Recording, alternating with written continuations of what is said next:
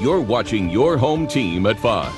Mike Dimmick, Gina Morse, and Lee Ranson's Weather First Forecast. This is News 25 Live at 5. If you or someone you know has been diagnosed with breast cancer, you know how it changes lives, relationships, goals, priorities. Knowing how to help cancer patients survive the disease is very important in traveling the breast cancer journey alongside a friend or loved one. Dr. Neil Barnard, a clinical researcher, author, and president of the Cancer Project, is our guest tonight. And he'll be speaking at a Palm Komen event a little bit later this evening at the Peoria Radisson. We'll get information on that when we wrap up here. Thank you for coming in tonight. It's my pleasure. You were at the forefront of the movement that says diet matters. What do you make then of the Women's Health Initiative study that recently came out that seemed to find that low-fat diets don't make all that much difference when it comes to cancer and heart disease? Yeah, well, I think it was a good study, but it's important to put it in perspective. We have a lot of evidence that foods can do two things. They can reduce the likelihood that you'll ever get cancer in the first place. I'm speaking of breast cancer, colon cancer, prostate cancer.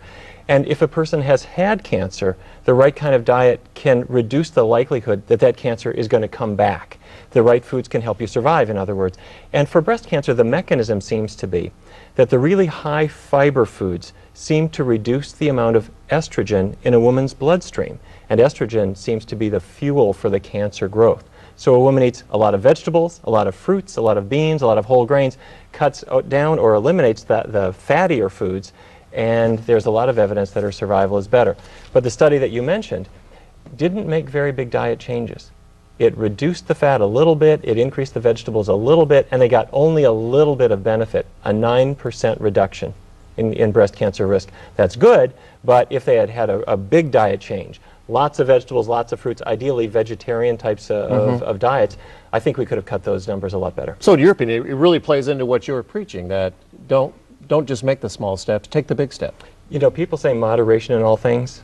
I have to say, if you're talking about unhealthy foods, it's just like cigarettes or anything else that's not good for you. It's better to get them out completely. So I'm not a moderate when it comes to diet. I want people on 100% healthy diets. My very favorite diet is vegetarian, really low in fat, getting the sugar out of the diet.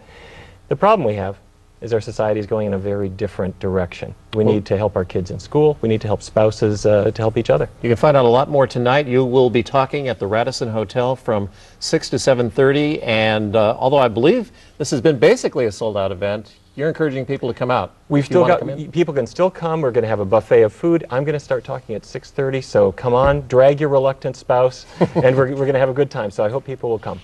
Thanks for coming in tonight. We appreciate it. Sure. Thank you. Gina?